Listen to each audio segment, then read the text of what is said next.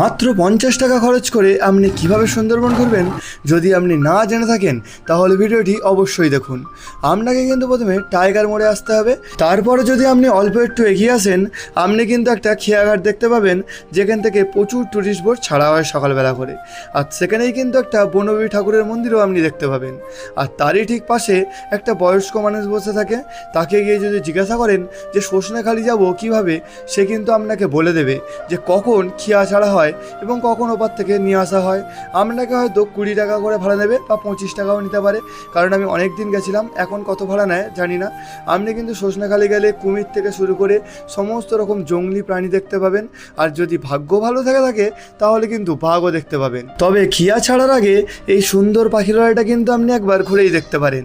যে সমস্ত দোকানগুলোই ডামি বাঘ কুমির থেকে শুরু করে সমস্ত কিন্তু জিনিসপত্র পেয়ে যাবেন। এছাড়া সুন্দরবনের কাঠের তৈরি বিভিন্ন রকমের জিনিসপত্রও কিন্তু এখানে পাবেন। আর আপনি যেহেতু সুন্দরবনে ঘুরতে এসেছিলেন, তার স্মৃতি হিসাবে কিছু যদি নিয়ে যেতে চান সেটাও কিন্তু আপনি নিতে পারেন।